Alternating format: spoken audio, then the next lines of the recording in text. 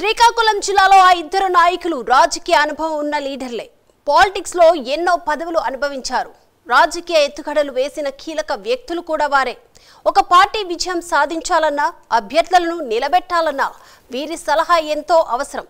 ఆ ఇద్దరు నాయకులు ప్రభుత్వంలో చక్రం తిప్పిన వారే.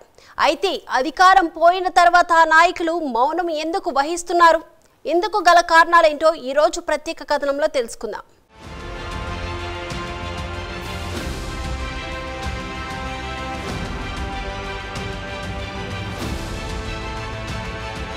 శ్రీకాకుళం జిల్లాలో ధర్మాన ప్రసాదరావు, తమ్మినేని సీతారాం రాజకీయంలో ఎన్నో పదవులు అనుభవించిన వారు. ప్రభుత్వంలో కీలక వ్యక్తులు.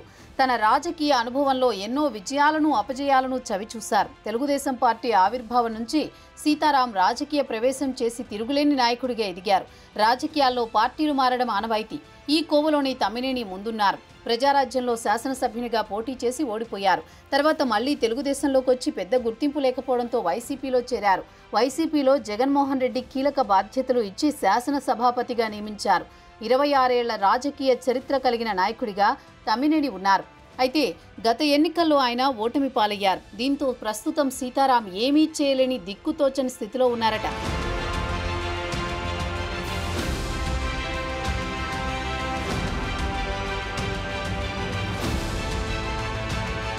తన తనయుడు చిరంజీవి నాగ్ రాజకీయ వారసునిగా చేయాలని తీవ్ర ప్రయత్నం చేశారు. అయినప్పటికీ రాజకీయ ఎదుగుదల లేకపోవడంతో సీతారాం రాజకీయంలో ఏం చేయాలో తెలియక తికమక పడుతున్నారట. ప్రస్తుతం ఆయన పాలిటిక్స్ లో యాక్టివ్ గా లేకపోవడం, అలాగే శ్రీకాకుళం జిల్లా రాజకీయాల్లో మౌనంగా ఉన్నారు. దీంతో ఆయన పార్టీ మళ్లీ మారుతారని గుసగుసలు వినిపిస్తున్నాయి.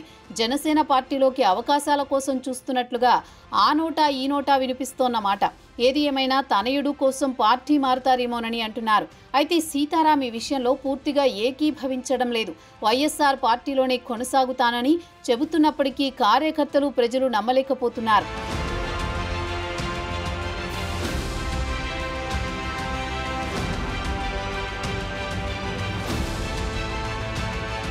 ఇదిలా ఉంటే రాష్ట్ర మంత్రి, సీనియర్ నాయకులు ధర్మాన ప్రసాదరావు పరిస్థితి మరో రకంగా ఉంది. కొత్తగా రాజకీయాల్లోకి వచ్చిన గొండు శంకర్ చేతిలో 50,000 పైబడి మెజారిటీతో ఓడిపోయారు. ఇక అప్పటి నుంచి ఆయన రాజకీయ భవిష్యత్తు ప్రశ్నార్థకంగా మారింది. తన తనయుడు రామ్ మనోహర్ నాయుడు రాజకీయంలోకి తీసుకురావాలని ఎన్నో ప్రయత్నాలు చేస్తున్నారు.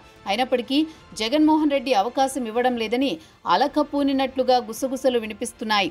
ఎంత రాజకీయ జీవితం ఉన్న ధర్మాన రేపటి రాజకీయ భవిష్యత్తు ప్రశ్నార్థకంగా మారడం ఆశ్చర్యకరమైన విషయం. ఈ సమయంలో తనయుడిని రాజకీయంలో ఎదుగుదల చేయలేకపోతే రాజకీయ మనుగడ ఉండదని భావిస్తున్నారు. తనయుడు కోసం పార్టీ మారేందుకైనా సిద్ధమంటున్నట్టు నిర్ణయించుకున్నట్టు వినిపిస్తోన్నమాట.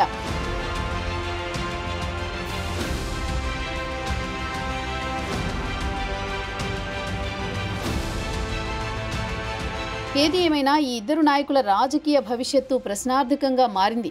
దీంతో తన తనయుల కోసం రాజకీయ త్యాగానికి సిద్ధపడినట్టు తెలుస్తోంది. రాబోయే ఎన్నికల్లో ఇద్దరిని వైసీపీ పార్టీ తరపున శాసనసభ్యులుగా పోటీకి నిలిపేందుకు సిద్ధమవుతున్నట్టు తెలుస్తోంది. అయితే వారు అనుకున్నది అనుకున్నట్లు జరుగుతుందో జరగదో తెలియని పరిస్థితి.